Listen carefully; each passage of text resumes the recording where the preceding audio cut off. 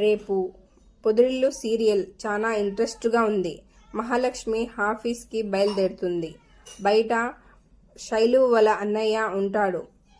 Bad comment చేస్తాడు మహాలక్ష్మికి. మహాలక్ష్మికి కోపం వచ్చి లాగి ఒకటి కొడుతుంది. మహాలక్ష్మి తిడుతుంది.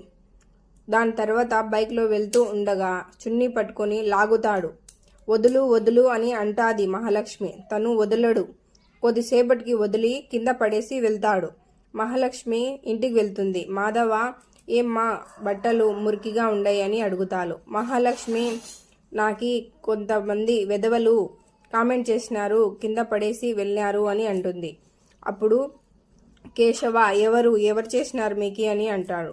మహాలక్ష్మి నాకి శైలు వాళ్ళ అన్నయ్య బ్యాడ్ కామెంట్ చేసినారు, కింద పడేసి వెళ్ళినారు అంటుంది.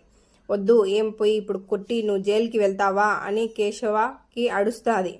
అప్పుడు చక్రి బయలుదేరుతాడు. ఇంకా ఎక్కడున్నాడు చక్రి బైక్లో వెళ్ళి ఇంకా కొట్టేదానికి బయలుదేరినాడు.